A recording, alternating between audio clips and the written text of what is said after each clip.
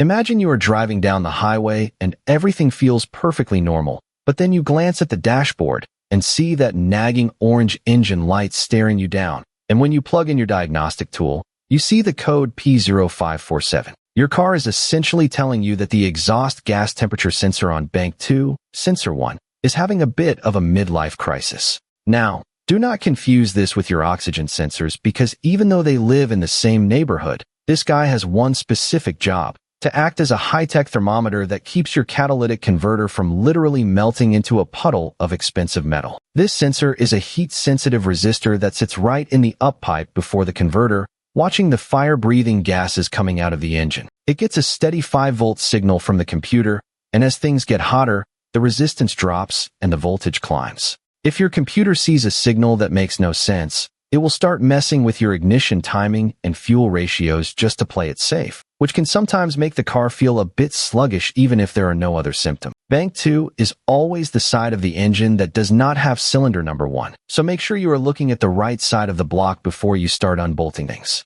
One of the most common ways this code pops up is if someone installed a catless up pipe or a custom exhaust system and forgot to make a spot for the sensor. Without that back pressure and heat, the sensor just gives up. To fix this, you need to crawl under there once the engine is stone cold because you do not want 500-degree exhaust burns, and look for broken wires or melted insulation. It is super common for these wires to get crispy because they live inches away from the hottest parts of the car. Grab your multimeter and check the resistance. A healthy sensor should sit around 150 ohms at room temperature. You can even test it with a hair dryer or a heat gun. If you heat it up and the resistance does not start dropping, that sensor is toast. If the sensor is fine, but you are still getting 0 volts at the plug, you might be looking at a computer failure, though that is pretty rare. Some people try to bypass this with a 2.2 ohm resistor just to clear the light. But honestly, your catalytic converter is way too expensive to leave unprotected. So do the right thing and fix the circuit properly to keep your ride running clean and safe for the next 100,000 miles.